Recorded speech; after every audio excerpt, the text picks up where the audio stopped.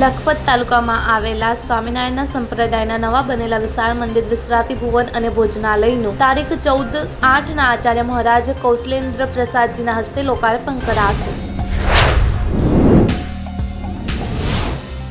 આસારામ અત્યારે ઇન્દોરની જ્યુપિટર હોસ્પિટલમાં આઈસીયુમાં દાખલ છે। તેમના વકીલના જણાવ્યા મુજબ તેનું ટ્રોપોનિન લેવલ ઘણું ઊંચું છે, જે એક ચિંતાજનક બાબત છે।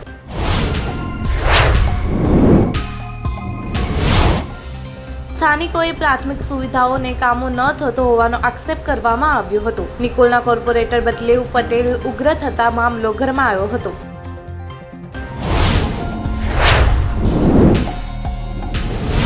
ડોલર સામે સતત ઘસાતા રૂપિયાને રોકવા માટે દેશની બેન્કિંગ રેગ્યુલેટર એવી રિઝર્વ બેંક ઓફ ઇન્ડિયાએ ફોરેન એક્સચેન્જ માર્કેટમાં મોટો હસ્તક્ષેપ કર્યો છે।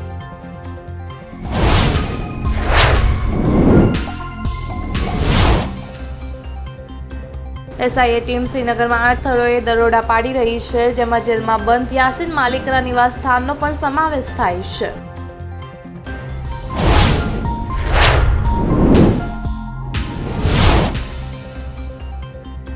ભારત સરકાર એલઆઈસી અને 5 અન્ય જાહેર ક્ષેત્રની બેંકોમાં પોતાની હિસ્સેદારીનો એક મોટો હિસ્સો વેચવાની તૈયારીમાં છે।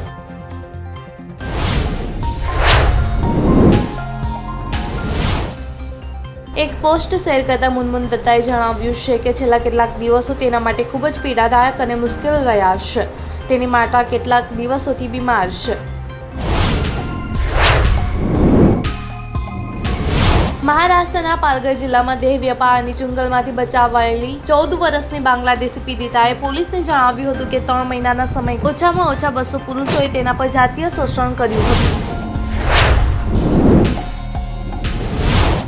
અમેરિકાના પ્રમુખ ડોનાલ્ડ ટ્રમ્પ ભારત પર વધુ ગાળીઓ કસવા જઈ રહ્યા છે। ક્યારેક ટ્રમ્પ ભારતને ટેરિફ કિંગ કહે છે, તો ક્યારેક ભારતના અર્થતંત્રને ડેડ કહે છે।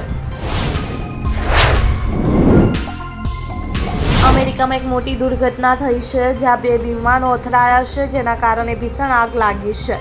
આ અકસ્માત અમેરિકાના મોન્ટાનાના કેલિસપેલ સિટી એરપોર્ટ પર થયો હતો।